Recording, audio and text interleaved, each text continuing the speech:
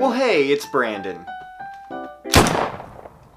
Let's talk about that. I don't fucking get you. I'm talking about the huge hit from back in the 80s with his marketable design and arcade game. The one in which you eat dots in a maze while avoiding ghosts. But I don't need to be telling you this because you already know that.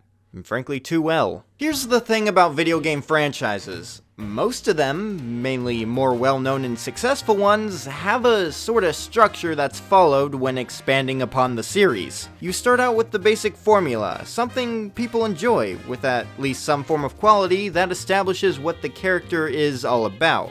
Take Mario, for example. He started out with a big title that grounded almost everything to a theme and formula. Then gradually, over a multitude of installments, we start to see changes, improvements, taking what was a simple concept and upgrading it to keep it from becoming stale. Whether it be adding new moves and power-ups, switching to 3D, or any other random idea to make you want to buy it. And that's the way long-running franchises in a video game industry are able to keep and grow their audiences.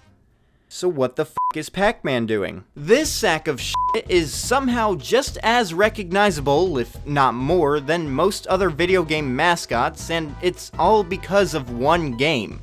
Just one. Nothing else after involving him comes even close, and it's crazy to me because he does have other games. Let me bring you back to the example section of the civil conversation we're having. I'm gonna ask you to think of The Legend of Zelda. Not the franchise as a whole, just The Legend of Zelda. What's the first game to pop into your mind?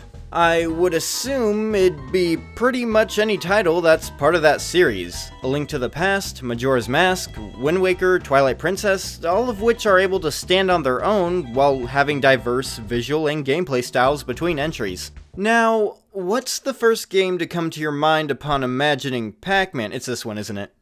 Why? Now, obviously, I'm sure a majority of people, after recalling the original arcade game, could then proceed to name other installments of the franchise. But even still, I feel not enough people around the world know about other Pac-Man games that are anything but Miss Pac-Man or Pac-Man World to keep other video game enthusiasts from saying, "Hello everyone, and welcome to the Video Game Rant Show. Today we'll be talking about this obscure Pac-Man game." However, at the same time, can you really blame them? Look at this lineup of content. I've seen deserts less dry. Yes, there was a point to my spew about expanding a franchise earlier, that of which the company Bandai Namco does not do with one of their biggest IPs. But Brandon, if that's the case, then what the hell am I looking at right now? Games. You're looking at games. But while this could, in theory, disprove everything I was just complaining about, watch what happens when we add a little bit of this. And to understand this, let's quickly look at all the types of content Bandai Namco has been pushing since the beginning, so we can get a better glimpse at what I'm talking about here. Starting with the first, what I'll call category, the clones, which consist of Miss Pac-Man, Super Pac-Man, Pac-Man Plus, Junior Pac-Man, Pac-and-Pal, Pac-Mania, Pac-Man Arrangement again, Miss Pac-Man Quest for the Golden Maze, and Pac-Man Versus. Clearly, you can see the similarities here. I'd be worried if you couldn't. Confined to a maze, avoid ghosts, main goal is to eat all the things. These are the three main components that build the foundation of each and every game here. Now, while it is true they were all given something to help them stand out, new power-ups, mazes, mechanics, multiplayer being 3D, it isn't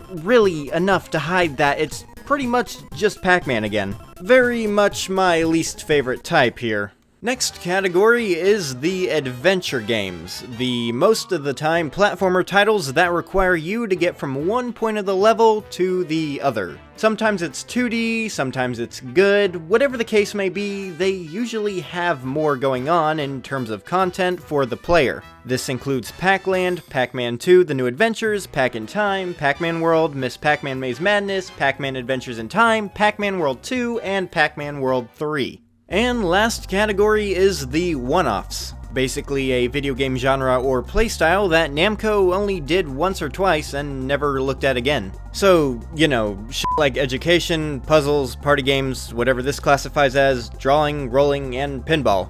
Not too impressed with these ones, and frankly the only people who would be most likely grew up with it alongside their biased opinions, that of which I did not. And when Namco's not participating in those three categories, they're making ports and compilations.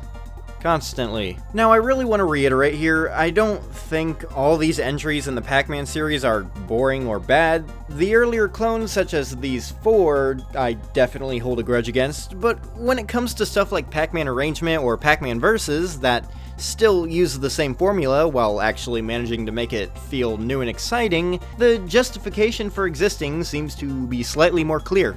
That all being said, just note whenever I do bash anything talked about here, it's less hate and more of me seeing the potential this character has, and Namco kinda under-delivering in some/a lot of areas. As the lineup in general stands, it's a fine...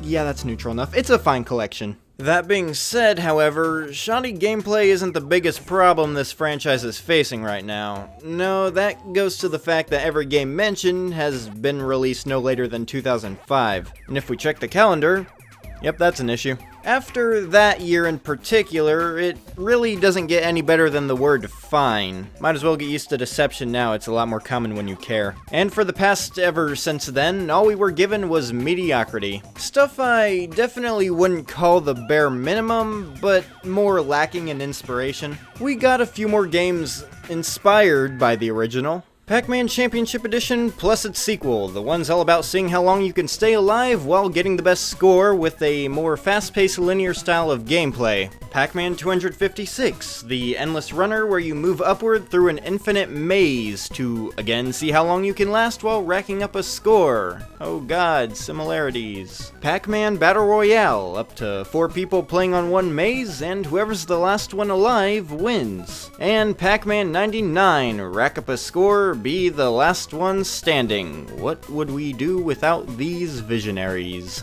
Listen, I get that all video game series have similarities between entries, especially when starting out. It's how you give the character in question an identity. A way to look at them and know what you're getting into before even playing. With the exception, obviously, being spin-offs. However, even with that being said, I still can't help but feel like sticking this close to the original formula is kinda dry.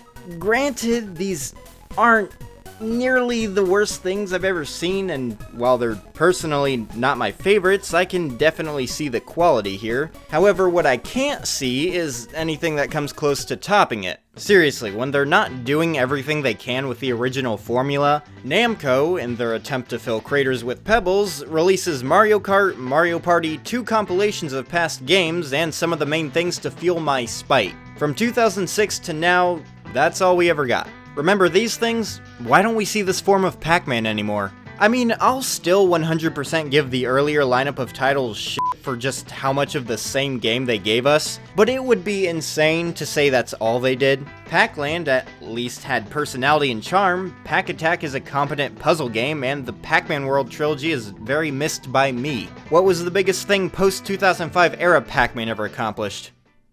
I don't know. And it really feels like all Bandai Namco wants to do with this IP is just remind everyone how great the arcade Pac-Man was, using nostalgia as an excuse to get people to buy their millionth compilation.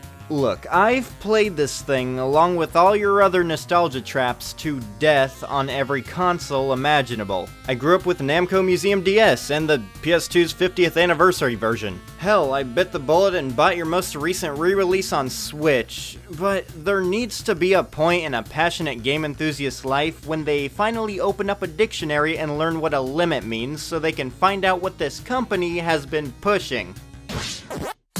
Pac-Man Museum Plus! That point will hit soon, I promise. Oh good, another game, full of older games. At what point will they start putting compilations in a compilation? That's what I'm excited for. Pac-Man Museum Plus, set to release May 27th of this year.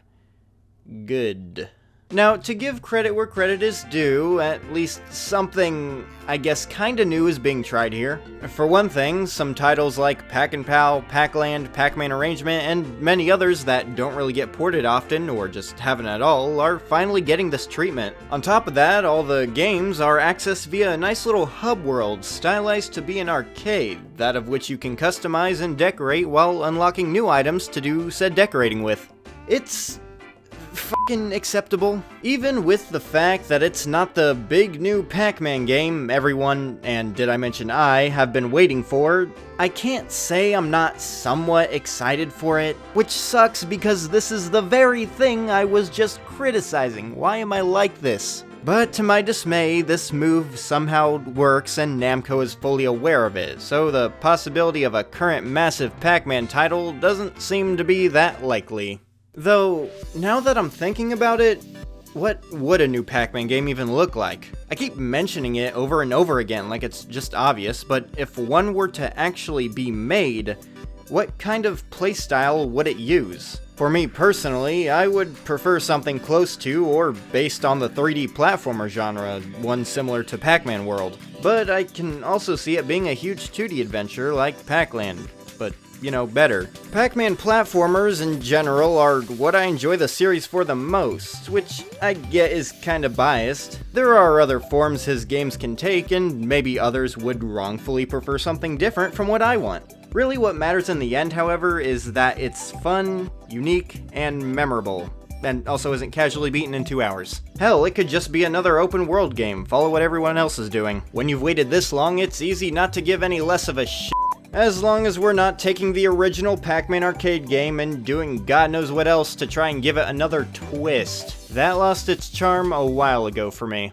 I'm not entirely sure if Namco ever wants to go back to doing more than just this, and frankly it's looking like a no. But damn it if it's not completely bullshit. I'm a video game obsessor who has no prior experience with business decisions or game designing, and I'm getting real sick of my needs not being met. God, I hate it when people do what they want. And to dig this grave deeper, I guess the argument could be made around how Pac-Man was never really meant to be an ever-expanding series in the same way Mario, Zelda, or other similar franchises do. Maybe his purpose was to just be a fun arcade game that occasionally gets slight changes to the formula and nothing else. A string of similarity after similarity to remind you how important the original was during your childhood, so you can reminisce by purchasing their next Namco museum, which could pretty much be a video game series in itself by this point.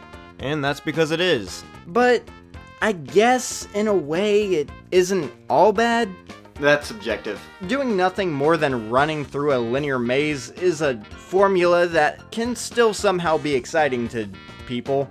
I may not care too much for the genre anymore, but it has managed to pull me in once or twice. Pac-Mania is, ironically, still one of my favorite titles in this series, and just because Namco will never make the Pac-Man that I want, doesn't mean some of their later stuff hasn't been, I guess, good for the people who actually enjoy it. Essentially what I'm saying in the end is there's no real satisfying conclusion, and rest in memory to Pac-Man World. Yeah, now that I'm thinking about it, I think I just hate Pac-Man.